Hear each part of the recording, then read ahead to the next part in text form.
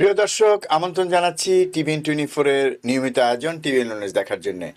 আপনাদের সাথে আছে আমি ডক্টর সজল আশফাক। আজ ঈদের পরের দিন, সবাইকে আবারও ঈদ মোবারক। দর্শক, আজকে এই ঈদের পরবর্তী দিনের সন্ধ্যায় আপনাদের সবাইকে স্বাগত জানাচ্ছি আমাদের আজকের এই অনুষ্ঠানে। এবং আজকে আমরা একটি স্বাস্থ্য বিষয়ক অনুষ্ঠানে বিষয় নিয়ে কথা বলবো। এবং আমাদের আজকের অতিথি আপনাদের অতি পরিচিত ইন্টারভেনশনাল কার্ডিওলজিস্ট ডাক্তার মঞ্জুর মোর্শেদ। উনি আমাদের সাথে নিউ ইয়র্ক থেকে যোগ দিচ্ছেন। আমি প্রথমেই অতিথিকে আমন্ত্রণ জানাচ্ছি ডাক্তার মঞ্জুর মোর্শেদ আমাদের এই অনুষ্ঠানে যোগ দেওয়ার জন্য। ধন্যবাদ শ্রদ্ধেয়ভাজন ডক্টর সজল আশফাক ভাই আমাকে আমন্ত্রণ জানানোর জন্য। সেই সাথে সাথে TVN24 কর্তৃপক্ষকে অনেক অনেক সালাম এবং শুভেচ্ছা জানাচ্ছি, কৃতজ্ঞতা জানাচ্ছি, দর্শকদের প্রতিও অনেক শুভেচ্ছা জানাচ্ছি এবং সেই সাথে সাথে ঈদ মুবারক জানাচ্ছি। ঈদ মুবারক। তো যেটা বলছিলাম যে এটা নিয়মিত অনুষ্ঠান, তো স্বভাবতই আমাদের আজকের এই শনিবারের সন্ধ্যায় আমাদেরকে যোগ দিতে হচ্ছে। ঈদের মধ্যেও একটি বিষয় নিয়ে আমরা কথা বলতে চাই। আমরা আজকের যে নির্ধারিত বিষয় প্রস্টেট নিয়ে আজকে আমরা কথা বলবো। তার আগে ছোট্ট করে ডাক্তার মঞ্জুর মোর্শেদ একটু করে যদি ঈদের স্বাস্থ্য নিয়ে বলেন। ধরেন এই এতদিন পরে একটু খাওয়া দাওয়া হলো, বিশেষ করে বেশিরভাগ সমস্যাই তো পাকস্থলী জনিত, খাবার জনিত। তো কি কি ধরনের সমস্যা হতে পারে আমরা বুঝতে পারি। অনেকের হয়তো একটু বদহজম, একটু খারাপ লাগা, পেট ফাঁপা, কোষ্ঠকাঠিন্য ইত্যাদি টুকটাক হয়ে থাকতে পারে। সেক্ষেত্রে খুব সংক্ষেপে যদি একটা ধারণা দেন যে কি কি করা উচিত আসলে। জি, ধন্যবাদ। আগে জি, 30 দিন রোজা রাখার পর আমরা যখন আবার নিয়মিত খাবার দাবার খাচ্ছি, বিভিন্ন অনুষ্ঠানে যাচ্ছি, পোস্ট ঈদ বিভিন্ন পার্টিতে যাচ্ছি, অনেক খাবার দাবার থাকে এবং সেগুলির লোভ সামলানো কিন্তু খুবই কষ্টকর হয়ে যায়। কিন্তু সেই সাথে সাথে আমাদেরকে লক্ষ্য রাখতে হবে যাতে আমরা আমাদের শরীরটা ভালো থাকে, বিশেষ করে যাদের ডায়াবেটিস আছে, প্রেসার আছে, তারপর হার্ট ডিজিজ আছে, কোলেস্টেরল আছে, তাদের ক্ষেত্রে আপনাকে অবশ্যই খেয়াল রাখতে হবে।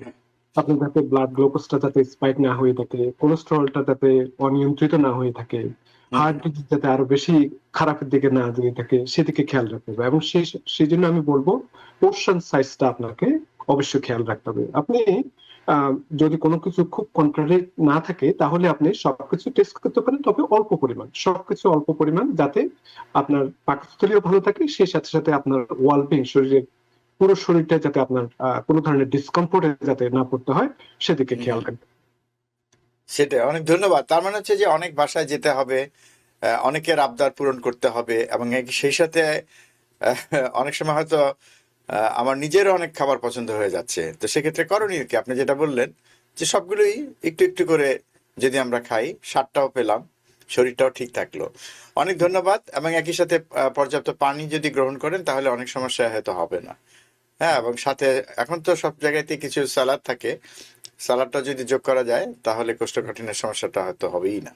যাই হোক, অনেক ধন্যবাদ ডাক্তার মঞ্জুর মোর্শেদ। আমরা আলোচনায় চলে যাই। আমরা কথা বলছিলাম প্রস্টেট নিয়ে। প্রস্টেট সম্পর্কে যারা প্রস্টেটের রোগী তাদের হয়তো কিছুটা ধারণা থাকে, অনেকের বাকিদেরও কিছুটা ধারণা হয়তো আছে। তারপরও অনেকের একেবারেই ধারণা নাও থাকতে পারে। প্রস্টেট সম্পর্কে যদি একটু বলেন। আমি তার আগে বলে নিই দর্শক, এটি কিন্তু পুরুষের সমস্যা। তো প্রস্টেটের সমস্যা নিয়ে আমরা কথা বলবো। প্রস্টেটের কি কি রোগ হয়, খুব সাধারণ বিষয় নিয়ে শুরু করতে চাই ডাক্তার মঞ্জুর মোর্শেদ। জি, প্রথমেই আমি জানাতে চাই প্রস্টেট গ্ল্যান্ডটা কি। পুরুষদের আমরা জানি যে আমাদের মূত্রথলি আছে, ব্লাডার, সেখানে প্রস্রাব জমা হয়ে থাকে এবং সেই প্রস্রাবটা আপনার ইউরিথ্রা দিয়ে আপনার শরীরের বাইরে আসে প্রস্রাব আকারে, আমরা যেটি ভয়েড করে থাকি। এই ইউরিথ্রার দুই পাশে দুটি ছোট পি সাইজের গ্ল্যান্ড আছে, সেটিকে প্রস্টেট গ্ল্যান্ড বলে থাকি। এই প্রস্টেট গ্ল্যান্ডটার কাজ হচ্ছে পুরুষদের যে সিমেন তৈরি হয়ে থাকে সেটাকে আপনার সেমিনাল ভেসিকল থেকে সেটিকে আলকালাইন এনভায়রনমেন্টে নেওয়ার জন্য, মোটিলিটিটা হওয়ার জন্য, নিউট্রিয়েন্ট প্রোভাইড করার জন্য সিমেনে সেটি অত্যন্ত গুরুত্বপূর্ণ। আপনারা জানেন যে ফার্টিলাইজ করার জন্য যে এই যে সিমেন্টটা, যে মোটালিটি যে থাকতে হবে, এবং সেটাকে আপনার মহিলাদের অ্যাসিডিক এনভায়রনমেন্টে সেটাকে আপনার এনভায়রনমেন্টে রক্ষা করার জন্য সেটাকে একটু আলকালাইন করতে হয় আমাদের পুরুষদের সিমেনকে। তো সেটি করতে হয়। তারপর আপনার মোটালিটি যাতে আরো স্পিড আপ হয়ে থাকে সেটি গুরুত্বপূর্ণ ভূমিকা পালন করে থাকে। নারিশমেন্টের জন্য, নিউট্রিয়েন্ট পাওয়ার জন্য, যেটি আপনার সাইট্রেট বলেন কিংবা জিঙ্ক বলেন, যেগুলো আমাদের স্পার্ম ডিএনএ কে স্টেবিলাইজ করা হয়ে থাকে, হ্যাঁ, সেগুলি আপনার করতে হয়। তো সুতরাং এই গ্ল্যান্ডটা কিন্তু খুবই গুরুত্বপূর্ণ ভূমিকা পালন করে থাকে পুরুষদের সিমেনের ব্যাপারে। জি জি, অনেক ধন্যবাদ, অনেক ধন্যবাদ। আমরা প্রস্টেট সম্পর্কে মোটামুটি একটা ধারণা পেলাম। এবং যেহেতু আপনি বললেন যে এটার অবস্থানটা মূত্রথলির নিচে এবং এটার ভিতর দিয়ে যে একটি মানে যেটাকে বলে ইউরেথ্রা, হ্যাঁ, যেটা দিয়ে আমরা প্রস্রাব বের হয় মূত্রথলি থেকে, যে নালীটা, সেটা নালীটা একটা অংশ এটার মধ্য দিয়ে যায়। তো সেক্ষেত্রে এই প্রস্টেটের সমস্যা হলেই তো আসলে আমরা বুঝতে পারি স্বভাবতই যে আসলে প্রস্রাবের সমস্যা হবে, তার মানে প্রস্রাব করতে সমস্যা হবে। তো এক্ষেত্রে কি কি ধরনের সমস্যা হয় যদি প্রথমে একটু ছোট্ট করে বলেন। অনেক বেশি সমস্যা আলোচনা করার দরকার নেই, আমার মনে হয় যে খুব সাধারণ সমস্যা যেগুলো হয় বা যেগুলো খুব কমন সেগুলো জি যদি বলেন, এবং সাথে উপসর্গগুলো যদি একটু একটু করে বলে দেন। জি জি প্রবলেমটা হচ্ছে যে আপনি যখন ইউরিনেশনে যাবেন, এই হুম হুম। ইউরিনেশনটা আপনার হ্যাজিটেন্সি আমরা বলে থাকি। তার মানে হচ্ছে যে যে প্রস্রাব করার যখন প্রয়োজন মনে করছি, প্রস্রাবটা যে স্মুথলি যে বের হবে সেটি অনেক হুম হুম। সময় হয়। এটা অনেক আচ্ছা। সময় ব্লিডিং হয়ে থাকে, অনেক সময় আপনার মানে ফোঁটা ফোঁটা হয়। তারপর অনেক হুম। সময় আপনার ব্লাডারটা ফুল এমটি হয় না। আপনি আহ করার পরে তারপরেও মনে হচ্ছে যে আরো রয়ে গেছে, আবার ও। স্টার্ট, আবার বন্ধ হলো, স্টার্ট করলে তারপর আপনার এই যে ফ্লোটা যে আছে সেটি আপনার ধীর গতিতে হয়ে থাকে, হ্যাজিনেট হয়ে থাকে। আরেকটা মজার ব্যাপার হচ্ছে যে আপনার এই প্রস্রাবটা যাদের এই ধরনের প্রবলেম হয়ে থাকে রাত্রিবেলা, যেটাকে আমরা নক্টোরিয়া বলে থাকি, মিনস রাত্রিবেলা প্রস্রাবের ব্যাগটা বেশি বাড়ে, যদিও অন্য কারণেও হতে পারে, কিন্তু আপনার যাদের প্রস্টেটের প্রবলেম হয়ে থাকে তাদের আপনার নক্টোরিয়া হয়ে থাকে। কারণটা হচ্ছে যে সারা হুম দিন যখন প্রস্টেটটা যখন হ্যাজিটেন্সি হয়ে থাকে, ঠিক মতো বের হয় না, তখন হুম হুম এই যে অ্যাকুমুলেট হয়ে থাকে ব্লাডারের মধ্যে প্রস্রাবটা হুম হুম। রাত্রিবেলায়, তখন এই ব্লাডারে প্রস্রাব আপনার অ্যাকুমুলেট হওয়ার পরে এটি আপনার ইরিটেট করে, এবং যার ফলে সেটি রাত্রিবেলা আপনার গতিটা বাড়িয়ে তোলে। আরেকটা হচ্ছে যে আপনার আর্জেন্সিটা করে ফেলে, যে হ্যাঁ আপনার প্রস্রাবের গতি ব্যাগটা পেয়েছে, আপনাকে প্রস্রাব হুম করতে হবে। এখন এখানে আমি একটু বলে রাখি যে আমরা আরেকটা ওয়ার্ড বলে থাকি over active bladder. Over active bladder, bladder hyper sensitivity হয়ে থাকে। এটা আপনাকে মাস্ট, এখন প্রস্রাব ধরছে মাস্ট আপনাকে এখন যেতে হবে, এটা আপনি যেতে ধরে হবে। রাখতে পারবেন না।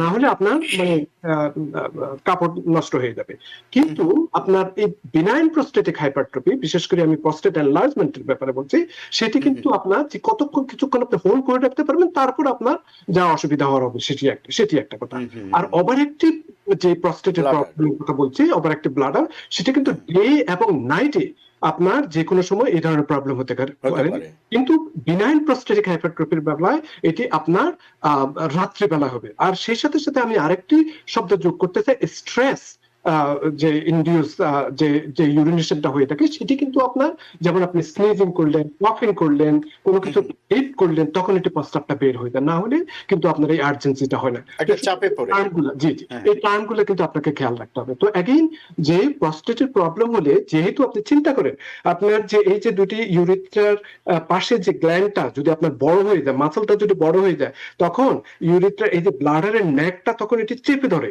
যার ফলে প্রস্তাবটা ঠিক মতো বের হতে পারে না, যার ফলে এই যে স্লো গতি হয়ে থাকে, আপনার অ্যান্টিটা ঠিক মতো হয় না, এবং হুম হুম। অন্যান্য আরো অনেক প্রবলেম হতে পারে। জি, অনেক ধন্যবাদ। তার মানে হচ্ছে যে আমরা যদি এটাকে এরকম প্রস্টেট ধরি, এটার ভিতর দিয়ে নালীটা যখন যায়, প্রস্টেটটা যখন বড় হয় তখন এটাকে চেপে ধরে, জি রাইট? তখন জি নালীটা শুরু হয়ে যায়। জি এবং আপনি যেটা বলছিলেন যে বেনাইন এনলার্জমেন্ট অফ প্রস্টেট, যেটা সেক্ষেত্রে প্রস্টেটটা বড় হয়ে যায় এবং এই মূত্রনালীর একটা অংশ বিশেষকে চেপে ধরে, যে কারণে প্রস্রাব করতে সমস্যা হয়। এবং সেই সমস্যাটা কিরকম সেটা আপনি বিস্তারিত বললেন, আমি দর্শকদের উদ্দেশ্যে আবারও বলছি। এক্ষেত্রে যে মানে আর্জেন্সি হবে, মানে যে এখনই প্রস্রাব করতে হবে। কিন্তু ডাক্তার মঞ্জুর মোর্শেদ খুব সুন্দরভাবে আরো একটি বিষয়কে আপনাদের সামনে পরিচিত করালেন, সেটা হচ্ছে যে হাইপার একটিভ ব্লাডার। অনেকেরই হাইপার একটিভ ব্লাডার আছে, মানে তাদের ব্লাডার মূত্রথলি খুব বেশি সংবেদনশীল বা সেন্সিটিভ। সেক্ষেত্রে তাদের প্রস্রাব ধরবে, এবং ধরলে সাথে সাথে প্রস্রাব করতে হবে, না হলে কাপড় নষ্ট হয়ে যাবে। এটা হতে পারে, এবং এটার কোনো দিন রাত নেই। কিন্তু ডাক্তার মঞ্জুর মোর্শেদ যেটা বললেন যে প্রস্টেট যখন বড় হয়, সেক্ষেত্রে উনি সারাদিন এটা সহ্য করতে থাকে, প্রস্রাব জমতে থাকে, হয়তো মাঝে মাঝে যান। কিন্তু একটা সময় রাতের দিকে যখন সারাদিনের প্রস্রাব জমতে জমতে অনেক বেশি প্রস্রাব জমে যায়, তখন আর উনি আসলে ধরে রাখতে পারেন না, যে কারণে রাতে সমস্যাটা অনেকের বেশি হয়, বাথরুমে যেতে হয়। এবং বাথরুমে যে যেটা উনি ফিল করেন, উনি প্রস্রাব করেন। কিন্তু যেটা আরেকটা জিনিস উনি বললেন যে ব্লাডারে কিছু পরিমাণ প্রস্রাব রয়ে যায়, ব্লাডারটা পুরোপুরি খালি হয় না, যাতে মনে হয় কি যে প্রস্রাবটা বোধহয় পুরোপুরি শেষ হলো না, আরও বোধহয় প্রস্রাব রয়ে গেল। এক ধরনের অস্বস্তি কিন্তু রয়েই যায়, প্রস্রাব করলো, দ্রুত গেল, কিন্তু স্বস্তি পেলেন না পুরোপুরি, এরকম হয়, যেহেতু ব্লাডারটা পুরোপুরি খালি হয়নি। তো এটাই হচ্ছে মূল বিষয়। আমি হয়তো মানে আমি ডক্টর মঞ্জুর মোর্শেদ মাথা নাড়ছেন, নিশ্চয়ই আমি ঠিক বলছি। যাই হোক, তো এবার আমি উপসর্গটা, এটাই মূল উপসর্গ। এবং ডক্টর মঞ্জুর মোর্শেদ, এটা আমরা বয়স্কদের দেখি না, তো এটা কি কোনো একটা বয়সের রেঞ্জ দিয়ে বলা যাবে যে এই বয়সে হয়, বা এর পিছনে কারণ কি? মানে সবার তো হয় না। খুবই বিউটিফুল প্রশ্ন। একে তো আমাদের যখন বয়স হয়ে যায় তখন ডক্টর সদল ভাই আমরা সবাই জানি যে আমাদের টেস্টোস্টেরনটা কমে যায়, যত 30-এর পর থেকে টেস্টোস্টেরন কমতে শুরু করে কমতে থাকে। একটা পর্যায়ে ধরুন 50, 60, 70 তখন আপনার টেস্টোস্টেরন অনেক ডিক্লাইন হয়ে থাকে। তো এই টেস্টোস্টেরন যখন 5 আলফা রিডাকটেজ এনজাইম দিয়ে যখন ডাইহাইড্রোটেস্টোস্টেরন তৈরি করে, এই ডাইহাইড্রোটেস্টোস্টেরন কিন্তু এই প্রস্টেট টিস্যুটাকে আপনার অনেক ওভারগ্রোথ করে ফেলে, যার ফলে আপনার এটি হয়ে থাকে। আরেকটা হচ্ছে যে বড় হয়ে যায়। তো এটি হলে তখন ওই যে ব্লাডারের নেকটা তখন চেপে ধরে, আর ঠিক মতো প্রস্রাবটা আর বের হয় না। এটি একটা এইজের ব্যাপার আছে। আরেকটা হচ্ছে যে এই যে আমি যে হরমোনাল ইমব্যালেন্সের কথা বললাম এখন, সেটি একটা ব্যাপার। আরেকটা হচ্ছে যে যাদের জেনেটিক কম্পোনেন্ট আছে, মিনস বাবা কিংবা ভাই কিংবা পরিবারের মধ্যে অনেকের হয়তো প্রস্টেট হাইপারপ্লেসিয়া আছে কিংবা প্রস্টেট ক্যান্সার আছে, তাদের ক্ষেত্রেও কিন্তু এই ধরনের প্রবলেম হতে পারে। তো এগেইন মেইনটা হচ্ছে যে আপনার এটি আরেকটা জিনিস আমি না বললেই নয়, যে যাদের আপনার সেডেন্টারি লাইফস্টাইল আছে। সেডেন্টারি লাইফস্টাইল বলতে কি বোঝায়? যারা ঠিক মতো এক্সারসাইজ করেন না, বসে থাকেন, খুব তখন তখন কি হয়, আমাদের ওবিসিটি বেড়ে যায়। ওবিসিটি হলে কি হয়, তখন আমরা বিশেষ করে বাংলাদেশিদের ক্ষেত্রে আপনাদের পেটটা বড় হয়ে যায়, যদিও বিএমআই কিন্তু নরমাল থাকে। তো এই যে ওবিসিটি হলে কি হয়, তখন আমাদের এই ডাইহাইড্রোটেস্টোস্টেরনটা বেড়ে যায়, তখন এস্ট্রোজেনটা বেড়ে যায়। এবং এই ডাইহাইড্রোটেস্টোস্টেরনটা বেড়ে যাওয়া, টেস্টোস্টেরনটা কমে যাওয়া, এস্ট্রোজেনটা বেড়ে যাওয়া, তারপর আমরা ঠিক মতো খাওয়া দাওয়া করি না, যেমন আমরা ফ্রুটস ভেজিটেবল এগুলো যদি না খেয়ে থাকি, তখন কি হয়, আমাদের অ্যান্টি অক্সিডেন্টটা কমে যায়, তারপর শরীরের মধ্যে বিভিন্ন ধরনের ইনফ্লামেশন হয়ে থাকে। এবং এগুলি সবকিছু মিলে কিন্তু আমাদের যে মেটাবলিক সিনড্রোম করে থাকে, যেগুলি আমাদের ইনফ্লামেশন করে থাকে, যেগুলি আমাদের প্রস্টেট টিস্যুকে অনেক ওভারগ্রোথ করে ফেলে, যার ফলে এটি বড় হয়ে যায়। এবং এই জন্য এটি কিন্তু খুবই গুরুত্বপূর্ণ ভূমিকা পালন করে থাকে। এবং বয়সের সাথে সাথে শুধু টেস্টোস্টেরন নয়, এবং অন্যান্য যে কিছু আপনার লাইফস্টাইল বলেন, আপনার বিভিন্ন ধরনের ইনসুলিন রেজিস্ট্যান্স বলেন, হ্যাঁ, এগুলি কিন্তু আপনার যথেষ্ট প্রভাব ফেলে থাকে এই প্রস্টেট এনলার্জমেন্টের ব্যাপারে। আচ্ছা আচ্ছা, তো অনেক ধন্যবাদ। তার মানে হচ্ছে যে এটা বয়সের সাথে সম্পর্কিত, কিন্তু আরো অনেক বিষয় আছে, আমরা শুনলাম সেই বিষয়গুলো, যে কারণে প্রস্টেটটা বড় হয়ে যায়। এবং আপনি একটা কথা বলেছেন, বা আমরা আলোচনার শুরু থেকেই বলছি, যে এটা বেনাইন এনলার্জমেন্ট অফ প্রস্টেট। তার মানে হচ্ছে যে দর্শক আপনাদের অনেকেরই হয়তো বেনাইন শব্দটির সাথে পরিচয় নাও থাকতে পারে, সেই জন্য আমি বলছি। এটা মানে হচ্ছে যে বেনাইন মানে হচ্ছে যে এটা নির্দোষ, এটা সমস্যা, তবে এটা অনেক বেশি সমস্যা না, মানে যেটা ক্যান্সারের সাথে যদি তুলনা করি। তো ডক্টর মঞ্জুর মোর্শেদ, এই যে বেনাইন এনলার্জমেন্ট অফ প্রস্টেট, এই আলোচনাটা শেষ করার আগে আমি একটু করে ক্যান্সার সম্পর্কে জানতে চাই, যে এটার সাথে ক্যান্সারেও তো কোষটা বড় হতে থাকে, তাই না? দুয়ের মধ্যে পার্থক্যটা কি? জি, এগেইন এটা হচ্ছে যে শব্দটা দেখেন, benign prostatic hypertrophy, in the end hypertrophy means মাসলটা সাইজটা বড় হচ্ছে, সাইজটা বড় হয়ে গেছে, হ্যাঁ। আর ক্যান্সার হচ্ছে যে আপনার ওভারগ্রোথ হবে, সেই সাথে সাথে সেলগুলো খুব র্যাপিডলি এক্সপোনেনশিয়ালি আপনার গ্রো হয়ে থাকে, এবং সেটি খুবই অ্যাবনর্মাল ভাবে, যেটি আমরা কন্ট্রোল করতে পারি না। এবং সেই সংখ্যা বাড়বে, কোষের সংখ্যা বাড়বে, হ্যাঁ, কোষের সংখ্যা বাড়বে। তো এটি কিন্তু তখন এটা কোষের সংখ্যা বাড়লে আপনার মিউটেশন যদি হয়ে থাকে, সেটি শরীরে অন্য জায়গায় ছড়াতে পারে এবং অনেক ধরনের কনসিকুয়েন্স হতে পারে। এই হলো যে পার্থক্য। তো ক্যান্সার তো ক্যান্সার বুঝতেছে নেই, এটি একটা মারাত্মক ধরনের। সেক্ষেত্রে কি উপসর্গগুলো খুবই দ্রুত প্রেজেন্ট করবে, দ্রুত আসতে থাকবে? জি, সিমটমটা বিনাইন প্রস্টেটিক হাইপারট্রফিতে যেটি আমি বললাম যে হুম হুম ইউরিনারি সিমটমের কথা বললাম, কিন্তু জি ক্যান্সারের ব্যাপারে সেটি আপনাকে খেয়াল রাখতে হবে, যেমন আপনার রক্তে রক্ত বের হচ্ছে কিনা প্রস্রাবের মধ্যে, সেটা হুম হুম ইউরিন ইনফেকশন বা অন্য কারণে হতে পারে, কিডনি স্টোন ইত্যাদি ইত্যাদি। কিন্তু তারপরও রক্ত হ্যাঁ, যেতে কিন্তু পারে তারপরে রক্ত বের হলে, কিংবা আপনার সিমেনের মধ্যে পুরুষের বীর্যের মধ্যে যদি আপনার রক্ত বের হয়ে থাকে, সেই সাথে সাথে হুম আপনার হুম ব্যাক পেন হয়ে থাকে, তারপর হুম আপনার হুম হুম ওয়েট যদি কমে থাকে, আপনার ফ্যামিলিগত যদি আপনার কোনো ক্যান্সারের হিস্ট্রি থাকে, তাহলে আপনাকে দেখতে হবে। এবং সেই সাথে সাথে নিশ্চয়ই আপনি হয়তো এই প্রশ্নটা করবেন যে রক্তের মধ্যে আমরা যে পিএসএ, প্রস্টেট স্পেসিফিক অ্যান্টিজেনটা মেপে থাকি, সেটা দেখতে হবে যে কত বাড়ছে না বাড়ছে, এই সমস্ত অনেক কিছু মিলে তারপর একটা ডায়াগনোস করা হয়ে থাকে whether or not is cancer. জি আমি আসবো পিএসএ তে।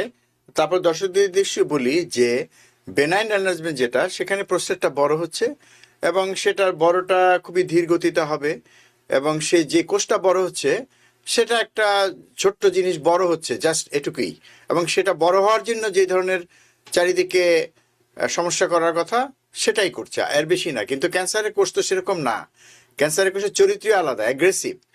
সে তো শুধুই বড় হয় না, সে আশেপাশে অনেক কিছুকে ভেদ করতে চায়, এবং যে কারণে আপনি বললেন যে রক্ত যেতে পারে এবং আশেপাশে কোষকে নষ্ট করতে পারে, এবং সেটা অন্য জায়গায় ছড়িয়ে যেতে পারে, এবং তার প্রক্রিয়াটা অনেক দ্রুত। এবং সেক্ষেত্রে উপসর্গগুলোর সাথে আরো কিছু উপসর্গ কথা আপনি বললেন, রক্ত যাওয়া, প্রস্রাবের সাথে, সিমেনের সাথে, ব্যাক পেইন হওয়া সাথে, এবং আরো অন্যান্য উপসর্গ থাকে। কাজে দুটোর সাথে বেশ ভালোই একটা পার্থক্য কিন্তু আছে। একটা খুবই আস্তে আস্তে আসবে, আর একটা খুবই হঠাৎ করে দ্রুত বাড়তে থাকবে। তারপরও সচেতন হতে হবে সব ব্যাপারই। আপনি পিএস এর কথা বলছিলেন, আমরা পিএস এর কথা জানি। যারা সচেতন মানুষ আছেন, যারা নিয়মিত চিকিৎসকের কাছে যান, অ্যানুয়াল চেক আপ করেন, তারাও জানেন পিএস এর কথা। এই জিনিসটা মানে এই পরীক্ষাটা করে আমরা জানি যে অনেক সময় প্রস্টেটের কতটুকু ঝুঁকি প্রস্টেট সংক্রান্ত, কি ধরনের ঝুঁকি এই পিএসএ করলে জানা যায়, আগাম জানা যায় বা একটা ধারণা পাওয়া যায়। জি, খুবই সুন্দর প্রশ্ন। এগেইন, আমরা সাধারণত নিয়ম হচ্ছে যে পুরুষদের বয়স যখন 50 হবে তখন আপনার এই পিএসটা আপনার স্ক্রিনিং হিসেবে দেখতে হয়। তো হুম এই পিএসএ যাদের আপনার ফ্যামিলি হিস্ট্রিতে আপনার ক্যান্সার আছে, তাদের ক্ষেত্রে আপনার এই স্ক্রিনিংটা আরো একটু এগিয়ে নেওয়া ভালো, যেমন 45 ইয়ার্স অ্যাট লিস্ট। হুম হ্যাঁ, হুম এটি। তো পিএসএটা কিন্তু আপনার, যে আমি যে বললাম যে বয়সের সাথে সাথে প্রস্টেট গ্ল্যান্ডটা একটু বড় হওয়ার সম্ভাবনা থাকে, এই জন্য আপনার বয়স অনুযায়ী বিভিন্ন ল্যাবরেটরি আপনার এটিকে আপনার কাট অফ পয়েন্ট করেন। যেমন আমি এক্সাম্পল দিই, 40 ইয়ার্স থেকে 50 ইয়ার্স, হ্যাঁ, তাদের হুম হুম ক্ষেত্রে up to 2.5 nanogram per millilitre, এটি কিন্তু আপনার নর্মাল আপ টু।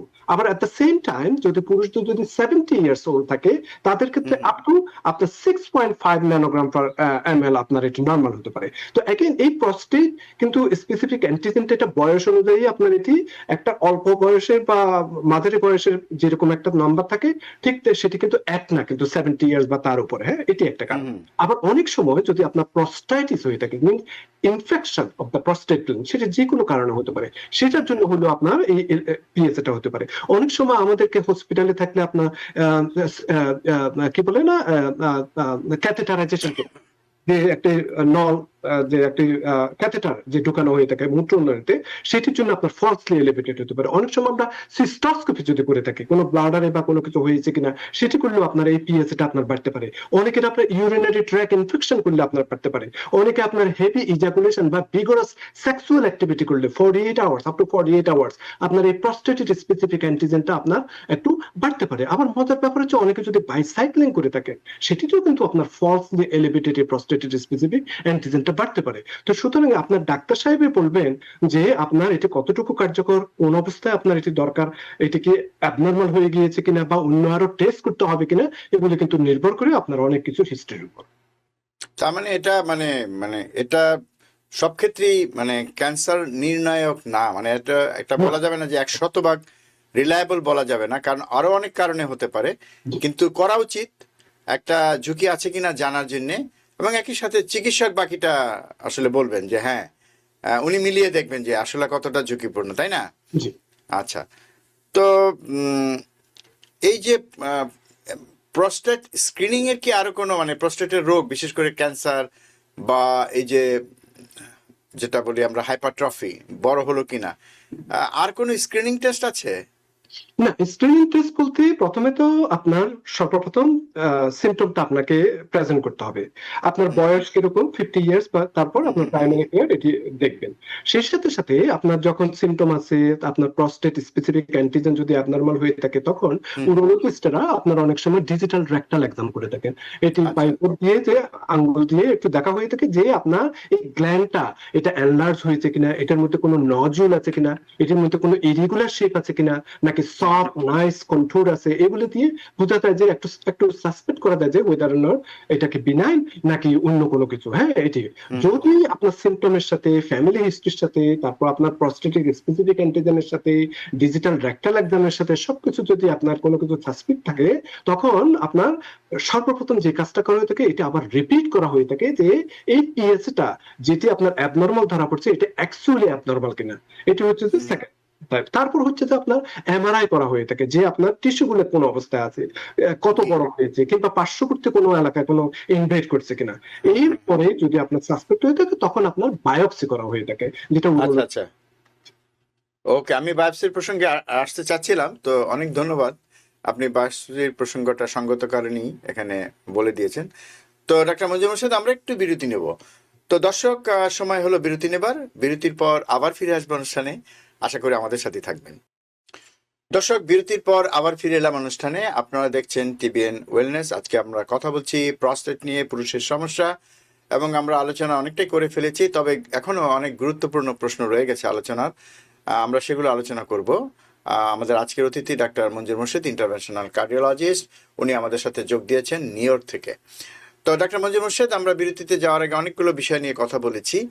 তো প্রোস্টেটের যে সাইজ বা এটা কতটুকু বড় বা কি অবস্থায় আছে, এটা জানার জন্য কি সাধারণ পরীক্ষাটা কি আল্ট্রাসোনোগ্রাম, যেটা আমরা জানি, যে নাকি আরো কোনো পরীক্ষা নিরীক্ষা করা হয়?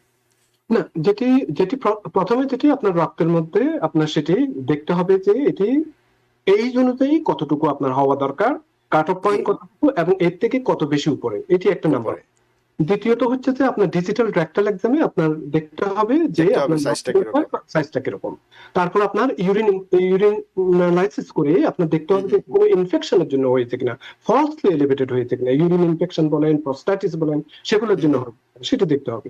তারপর আপনার যদি ফ্যামিলি হিস্ট্রি বা সিমটম অনুযায়ী যদি দেখা যায় যে যে না একটু অন্যদিকে যাওয়ার সম্ভাবনা আছে, তখন আমরা হুম, হুম। অনেক সময় আপনার এটি যদি অসম্ভব যদি বেশি হয়ে থাকে, তখন এমআরআই করা হয়ে থাকে। এরপরে আপনার আচ্ছা, আচ্ছা, আচ্ছা, বুঝতে পেরেছি। মানে পর্যায়ক্রমে জিনিসগুলো করা হয়, এবং প্রত্যেকটা পরীক্ষা নিরীক্ষাতেই এটা মানে বেনাইন কিনা, নির্দোষ জাতীয় প্রোস্টেটের বৃদ্ধি কিনা বা ক্যান্সার কিনা, সেটাও কিন্তু চিকিৎসকরা লক্ষ্য করতে থাকেন। তা অনেক ধন্যবাদ। তো এক্ষেত্রে এই যে আমরা যদি যেটা বেনাইন প্রোস্টেটিক হাইপারট্রফি যদি বলি, সেক্ষেত্রে চিকিৎসাটা কি? আমরা শুনি যে কারো কারো অপারেশন লাগে, আবার কারো শুনি যে না, আমি ওষুধ খাচ্ছি, হয়তো তারা ভালোই আছেন। তার মানে কি, দুই ধরনের চিকিৎসাই আমি বুঝি যে দুইটাই হয়তো প্রচলিত, সবার ক্ষেত্রে সবটা প্রযোজ্য না। একটু যদি পরিষ্কার করেন বিষয়টা। জি। প্রথমে যেটি আপনি অপারেশনের কথা বলেছেন, আমরা জানি যে অপারেশনটা হচ্ছে যে লাস্ট রিসোর্ট। সর্বপ্রথম হুম, আপনাকে নন ইনভেসিভ ভাবে মেডিকেশন অনুযায়ী, লাইফস্টাইল অনুযায়ী এটি কতটুকু হুম, ট্রিটমেন্ট করা যায়, কতটুকু ভালো রাখা যায়, সেটা খেয়াল রাখতে হবে। প্রথমে এইজ আপনি কোনোদিনও আপনি এটা কমাতে পারবেন না, এই যে একটা ব্যাপার আছে। তারপর সেই সাথে সাথে টেস্টোস্টেরন কমে যাওয়া, ডাইহাইড্রোটেস্টোস্টেরন, এস্ট্রোজেন, এগুলো বেড়ে যাওয়া, এগুলো আপনি হুম, হুম, হয়তো এটা আপনার কন্ট্রোলের বাইরে। আরেকটা হচ্ছে যে আপনার ফ্যামিলি হিস্ট্রি, সেটাও আপনি কন্ট্রোল করতে পারবেন না। কিছু জিনিস আপনি কন্ট্রোল করতে পারেন, সেগুলো হচ্ছে যেমন লাইফস্টাইল মডিফিকেশন। লাইফস্টাইল মডিফিকেশন বলতে আপনি যেমন ধরুন আপনার ক্যাফিনটা আপনি কমিয়ে দিলেন, আপনার অ্যালকোহল যারা ড্রিঙ্ক করে থাকেন তাদের ক্ষেত্রে একদম বন্ধ করে দিলেন, স্পেশালি আপনার নাইট টাইমে। তারপর আপনার যে লার্জ অ্যামাউন্ট অফ আপনার যে বিভিন্ন ধরনের ফ্লুইড খাওয়া, ফ্লুইড ড্রিঙ্ক করা ইন দ্য নাইট টাইম, সেটি আপনি অ্যাভয়েড করতে পারেন, যাতে হুম, আপনার বাথরুমে যেতে বেশি যাওয়া না লাগে। আপনার ওয়েটটাকে আপনি কন্ট্রোলে রাখতে পারেন। আমি বললাম ওবেসিটি মানে হচ্ছে যে ডাইহাইড্রোটেস্টোস্টেরন বাড়িয়ে ফেলা, এবং সেই সাথে সাথে প্রস্টেটিক এই যে এটি ওভারগ্রোথ করে ফেলে, সেটি আপনি করতে পারেন। এক্সারসাইজটা রেগুলার করতে পারেন। এগুলো হচ্ছে যে আপনার লাইফস্টাইল মডিফিকেশন। এছাড়া অনেক সময় আমরা মেডিকেশন দিয়ে থাকি, সবাই মোটামুটি পরিচিত ট্যামসোলোজিন, যেটি হচ্ছে যে আলফা ব্লকার। সেটি আপনার কি করে থাকে যে আপনার যে প্রস্টেটের যে আপনার নাকে এটিকে আপনার রিল্যাক্স করে থাকে, ব্লাডারটা যাতে একটু রিল্যাক্স হয়ে থাকে, যাতে ইউরিনটা খুব সহজে আসতে পারে, সেটি একটা করা যেতে পারে। অনেক সময় আমরা 5 আলফা রিডাক্টেজ ইনহিবিটর যেমন আপনার ফিনাস্টেরয়েড দিয়ে থাকি, হ্যাঁ, এটি আপনার ডাইহাইড্রোটেস্টোস্টেরনকে আপনার কমায় ফেলে থাকে, সেটি আপনি করা যেতে পারে। অনেক সময় আপনার সেটিও যদি কাজ না করে থাকে, অনেক সময় আমরা লেজার থেরাপি বলে থাকি, কিংবা টিইউআরপি ট্রান্সইউরিথ্রাল রিজেকশন ট্রিটমেন্ট, সেটি করা যেতে পারে। তবে এই যে সার্জিক্যাল, এটি হচ্ছে যে লাস্ট অপশন, এবং এটিতে অনেক সময় ইউরিনারি রিটেনশন হতে পারে, ডিক্রিজ লিবিডো হতে পারে, রেট্রোকেট ইজাকুলেশন হতে পারে, মিন্স সিমেন্টটা বের হওয়ার পরিবর্তে পিছনের দিকে চলে যেতে পারে, এই ধরনের অনেক সিমটম হতে পারে। তবে মডার্ন মেডিসিনে অনেক কিছু, এগুলি কিন্তু আপনার ডাক্তার সাহেব, উরোলজিস্ট, এগুলি কিন্তু আপনাকে হেল্প করবে যাতে এটি মিনিমাইজ করা যায়। বুঝতে পেরেছি। তার মানে যে দীর্ঘমেয়াদী ওষুধ ব্যবহারের ক্ষেত্রে যেসব সমস্যার কথা ভাবা হয় যে কোনো সমস্যা হবে কিনা, হতে পারে, বা যদি যেহেতু মানে যাতে না হয় সেজন্য আসলে চিকিৎসকরা সেই বিষয়টাও খেয়াল রাখেন এবং বিভিন্ন ধরনের ওষুধ আছে। এখন প্রশ্ন হচ্ছে যে এই যে ওষুধ দিয়ে চিকিৎসা করা মূল উদ্দেশ্য হচ্ছে যে প্রস্রাবের পথটাকে সুগম রাখা, সহজেই যেন প্রস্রাবটা আসে, এবং যেটা বলি আমরা ব্লাডার, মূত্রথলি যেন একেবারে মোটামুটি খালি হয়ে যায়, যতটুকু খালি হওয়া দরকার স্বাভাবিকভাবে। তো সেটাই হচ্ছে কাম্য উদ্দেশ্য, না? এবং অপারেশনেও তাই করা হয়। উদ্দেশ্য হচ্ছে যে একটাই, কিন্তু হচ্ছে যে যে ক্ষেত্রে চিকিৎসা করি না কেন, অপারেশনই করি বা ওষুধ দিয়ে চিকিৎসা করি, সেক্ষেত্রে সবাই পুরুষ হিসাবে সবাই এটা ভাবেন, যেহেতু এটা পুরুষের একটা বিষয়, তো তাদের সেক্সুয়াল হেলথ যদি বলি বা সেক্সুয়াল অ্যাক্টিভিটিতে এক্ষেত্রে এই চিকিৎসায় কোনো প্রভাব ফেলে কিনা, জি, খুব বা এই রোগেও কোনো প্রভাব ফেলে কিনা, রোগটা জি যখন বড় হয়, প্রস্তাবটা বড় হয়। জি জি জি জি, খুবই সুন্দর প্রশ্ন। জি, প্রথমে আমি ভুলে যাওয়ার আগে আরেকটা জিনিস অ্যাড করি, জি, যে অবশ্যই। এই প্রস্টেটের ব্যাপারে আমরা যে টামসোলোসিন, যেটা আলফা ব্লকার নিয়ে থাকি, এটা কিন্তু আবার অনেক সময় ব্লাড প্রেশারকে ইনডাইরেক্ট একটা লো করে থাকে। তো বিশেষ আহ, বয়স্কদের ব্যাপারে যারা ব্লাড হুম হুম প্রেশারের ওষুধ নিয়ে থাকেন, সেই সাথে সাথে প্রস্টেটের ওষুধ নিয়ে থাকেন, দেখবেন আপনার অনেক সময় ডিজিনেস হতে পারে, ভার্টিগো হতে হুম পারে। তো এটি যদি হয়ে থাকে, আপনারা আপনাদের প্রোভাইডারকে অবশ্যই বলবেন যাতে এই আলফা ব্লকার যদি দিয়ে থাকে ট্যামসোলোসিন, তাদের ক্ষেত্রে যাতে ব্লাড প্রেশার ওষুধটা একটু কমিয়ে ফেলে, যাতে আপনার এই ডিজিনেস বা ভার্টিগো না হয়ে থাকে। আর আপনি যেটা বলেছেন যে সেক্সুয়াল হেলথের ব্যাপারে, প্রস্টেট ইটসেলফ যদি বেড়ে যায়, তখন আপনার এই যে সিমেনের ব্যাপারে আমি যে বললাম, সিমেনকে নিউট্রিয়েন্ট কিভাবে করতে হবে, মোটিলিটি কিভাবে করতে হবে, এগুলোর ব্যাপারে যে যথেষ্ট ভূমিকা পালন করতে হবে, সেক্ষেত্রে অনেকটা কিন্তু প্রভাব ফেলবে।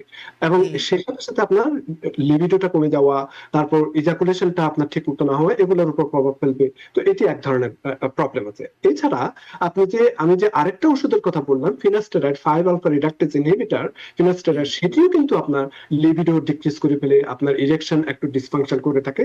যদিও বায়াগ্রা জাতীয় ওষুধ অনেক হেল্প করে থাকে, কিন্তু এটিও কিন্তু একটা কারণ হতে পারে। তো সুতরাং আপনার এই ধরনের প্রবলেম হলে হুম হুম আপনার উরোলজিস্টকে বলবেন যে এই ধরনের প্রবলেম হচ্ছে, যাতে উনি ওষুধগুলি অ্যাডজাস্ট করতে পারেন। আর তাছাড়া আমি তো অ্যাডজাস্ট করতে পারে। ইউআরপি সার্জারির ব্যাপারে বললাম, এটিও কিন্তু আপনার সেক্সুয়াল হেলথের ব্যাপারে অনেক ভূমিকা পালন করে। আচ্ছা, ওই আরেকটা জিনিস আমরা দেখি, টিইউআরপি করার পরে মানে সার্জারি করার পরে অনেক সময় অনেকে বলেন যে প্রস্রাব ধরে রাখতে সমস্যা হয়। আসলে কি সেরকম কোনো বিষয় আছে? জি জি, দেখেন, প্রস্টেট গ্ল্যান্ডের মধ্যে অনেক ধরনের নার্ভ আছে, যেগুলো আমাদের ইরেকশনকে কিন্তু প্রভাবিত করে থাকে, হ্যাঁ। হুম এখন আপনি যদি ওই সার্জারিটা করেন, ওইখানে প্রস্টেট গ্ল্যান্ডটা যদি রিমুভ করে ফেলেন বা অনেক রিসেট করে ফেলেন, অনেক নার্ভ কিন্তু ড্যামেজ হতে পারে। এবং যার ফলে এই সংবেদনশীল নার্ভগুলি, যেগুলো ইরেকশনের ব্যাপারে হেল্প করে থাকে, সেগুলো কিন্তু অনেক আপনার ডিক্রিজ সেন্সেশন হয়ে থাকে। তো সুতরাং এটি একটা প্রভাব ফেলে থাকে। তাছাড়া আপনার যদি এই প্রস্টেট গ্ল্যান্ড যদি আপনার যদি বড় হয়ে থাকে, যেটি আমি আগেও বলছি, এটিও কিন্তু আপনার ইরেকশনের ব্যাপারে কিন্তু কিছুটা ভূমিকা পালন করে থাকে, অনেক প্রভাব ফেলে থাকে। তো সুতরাং আপনাকে কিন্তু এগুলো খেয়াল রাখতে হবে যে কি ধরনের কিরকম সিমটম হচ্ছে না হচ্ছে। হুম অনেক ধন্যবাদ ডক্টর মঞ্জু মোর্শেদ। আরেকটা বিষয়, ধরুন ইচ্ছাকৃতভাবে বা অনিচ্ছাকৃতভাবেই যদি হোক, কেউ যদি এই যে প্রস্টেট বড় হয়েছে, এটার চিকিৎসা না নেন, মানে এটা অনিচ্ছাকৃত হতে পারে, উনি হয়তো বুঝতেই পারছিলেন না বা কারোর সাথে কথাই বলেননি, হাইড করেছেন, তো সেক্ষেত্রে পরিণতিটা কোন দিকে যায়? জি জি জি, দেখেন, প্রস্টেট যদি বড় হয়ে যায়, এটা যদি ট্রিটমেন্ট না করে থাকেন, তাহলে কি হবে, ইউরিনটা ঠিক মতো বের হচ্ছে না। তো ইউরিনটা ঠিক মতো বের না হলে এটা কোথায় জমা হবে, ব্লাডারে জমা হবে।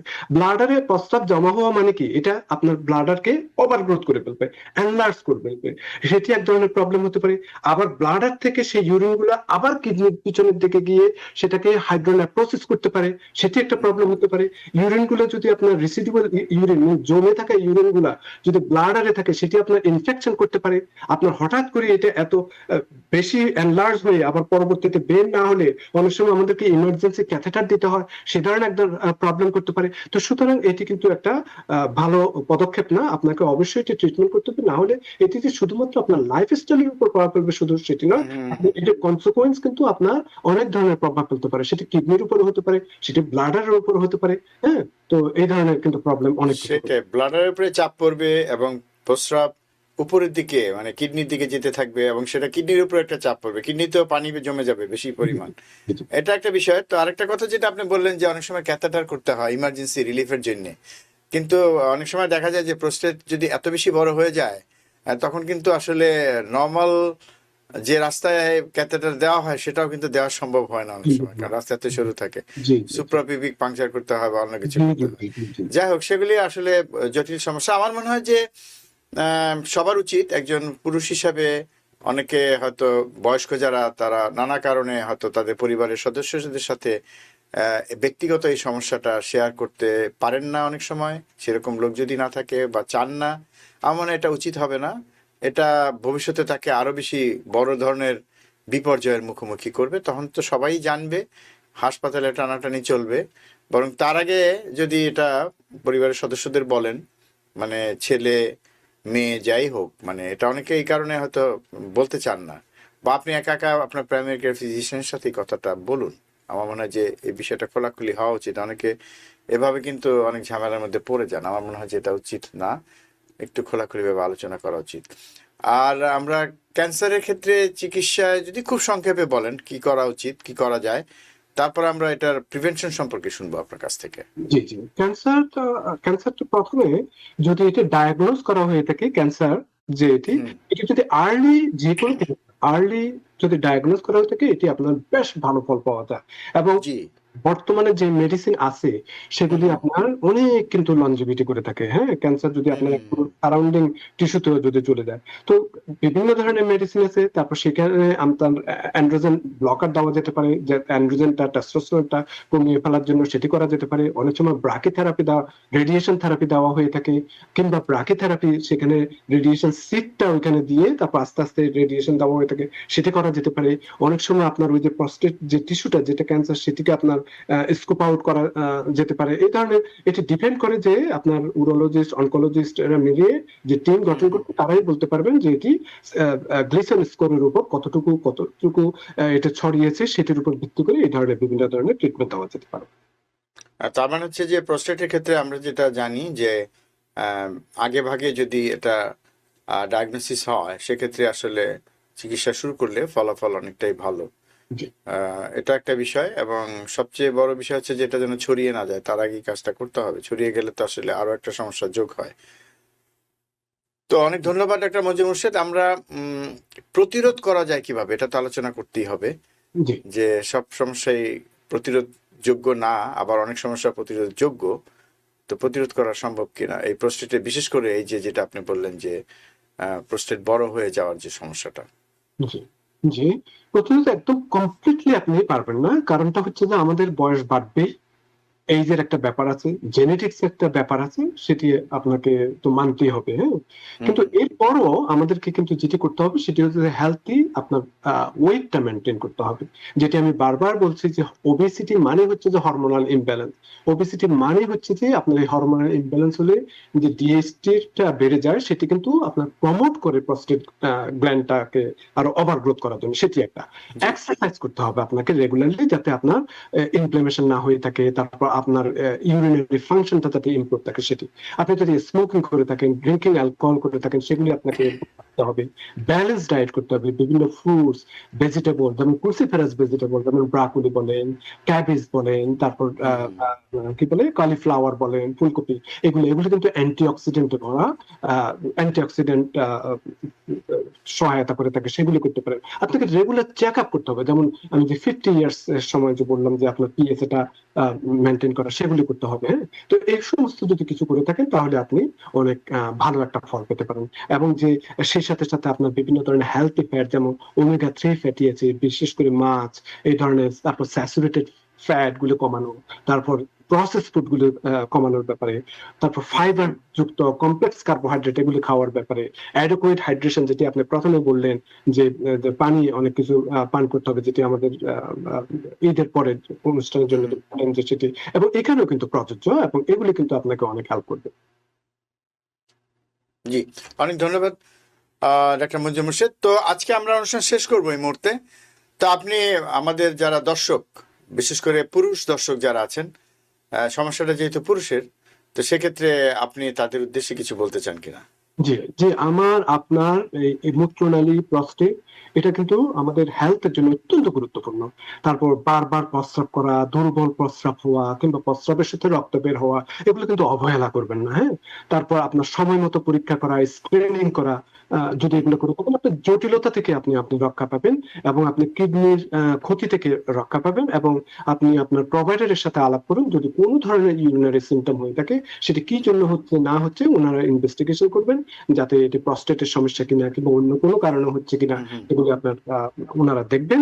এবং যদি প্রস্টেটের প্রবলেম হয়ে থাকে, ম্যাক্সিমাম সময় এটি বিনাইন প্রস্টেটিক হাইপারট্রফি হয়ে থাকে, এবং সেই ক্ষেত্রে আপনারা যদি কিছু লাইফস্টাইল মডিফিকেশন, ওয়েট মেনটেন করা, যেগুলো আমি বললাম, সেই সাথে সাথে কিছু মেডিসিন যেগুলোর কথা বললাম, এগুলো দিয়ে আপনি অনেক অনেক ভালো থাকতে পারবেন। সবচেয়ে বড় জিনিসটা হচ্ছে যে যাতে কোনো অবস্থাতে প্রস্টেটের এই কোশ্চেনেবল প্রশ্নটা, যদি আপনার মনে করেন যে হ্যাঁ এটি প্রস্টেটের প্রবলেম, এটা তো ক্যান্সার না, এটা করা যাবে না। যাতে কোনো অবস্থাতে যাতে পিএসএটা যাতে মানে অ্যাবভ দ্য নর্মাল রেঞ্জ, অনেক হাই অ্যাবনর্মাল যাতে না হয়ে থাকে, কোনো ধরনের কোনো মারাত্মক কিছু লুকিয়ে আছে কিনা সেটি আপনার প্রোভাইডারে বলতে পারবেন, এবং প্রয়োজন মতো যা ইনভেস্টিগেশন করা সেটা করবেন, এবং আপনি যাতে ক্যান্সার যাতে না হয়ে থাকে সেদিকে ওনারা খেয়াল রাখবেন। এবং যদি আর্লিতেও যদি ধরা পড়ে থাকে, আপনি যথেষ্ট লনজিভিটি হওয়ার সম্ভাবনা আছে বর্তমান বিভিন্ন ধরনের উন্নত মানের ট্রিটমেন্ট দিয়ে। তো সুতরাং এই প্রস্রাব বা প্রস্রাবজনিত এই সমস্ত কিন্তু কোনো অবস্থাতে অবহেলা করবেন না। অনেক ধন্যবাদ ডাক্তার মঞ্জুর মোর্শেদ। তার মানে হচ্ছে, যেটা বুঝলাম যে আমাদের তো বয়স বাড়বেই, তো একই সাথে আমরা যদি সচেতন হই এবং আগে ভাগে যে সব পরীক্ষা নিরীক্ষাগুলো আছে, স্ক্রিনিং টেস্ট যেগুলো আছে, সেগুলো যদি আমরা করি, তাহলে হবে কি, হুট করে জিনিসটা আমাদের সামনে এসে হাজির হবে না, এবং তখন আমরা অনেক বেশি জটিল অবস্থায় পড়বো না। এটাই একটা বড় বিষয়। তাহলে এমন হবে না যে অনেক বেশি বয়স হয়ে গেছে, সেই অবস্থায় আমি একটা জটিল সমস্যার মুখোমুখি হচ্ছি, সেটা হয়তো হতে হবে না। তো এটাই যে সচেতন হওয়া এবং পরীক্ষা নিরীক্ষাগুলি করা, এবং এই জিনিসগুলো প্রাইমারি কেয়ার ফিজিশিয়ানের সাথে শেয়ার করা, সমস্যাগুলো কি হচ্ছে, এটাই বড় বিষয়। এবং এই সচেতনতার মাধ্যমে কিন্তু আমরা এই ধরনের একটা সমস্যা থেকে পরিত্রাণ পেতে পারি। অনেক ক্ষেত্রে হয়তো একটা ভালো চিকিৎসাও পেতে পারি, অনেক ক্ষেত্রে হয়তো আগাম অনেক সমস্যা আমরা প্রতিরোধ করতে পারবো। তো ডাক্তার মঞ্জুর মোর্শেদ, আপনাকে অনেক ধন্যবাদ আমাদের আজকের এই সেশনে যোগ দেওয়ার জন্য। আমরা খুব মনে হয় যে একটা প্রাণবন্ত আলোচনা করলাম, দর্শকরা নিশ্চয়ই উপকৃত হবেন। এবং আজকে আপনাকে অনেক ধন্যবাদ জানাচ্ছি। আজকে আবার ঈদের পর দিন অনেক ব্যস্ততা থাকে সবার, তার মধ্যে যোগ দেওয়ার জন্য। দর্শক, এতক্ষণ যারা আপনারা আমাদের সাথে ছিলেন, আপনাদেরকে অনেক ধন্যবাদ। আজকে আমরা চেষ্টা করেছি প্রস্টেট নিয়ে খানিকটা আলোচনা করতে এবং খুব সাধারণ কিছু ধারণা আপনাদেরকে দিতে, এবং এই ধারণাগুলোর মাধ্যমে আপনি জানতে পারলেন বা জানা উচিত, যেটা হচ্ছে যে প্রস্টেটটা কোথায় থাকে, পুরুষের সমস্যা, কি ধরনের সমস্যা হয়, আপনারা হয়তো ইতিমধ্যে এসব জানেন। তারপরেও আমরা মনে করিয়ে দিলাম, এবং চিকিৎসার যে অপশনগুলো আছে সেগুলো আপনাদের সামনে তুলে ধরলাম। একই সাথে কী সব পরীক্ষা নিরীক্ষা করে এটা সম্পর্কে আগাম একটা ধারণা পাওয়া যায় সেটা আপনাদেরকে জানালাম।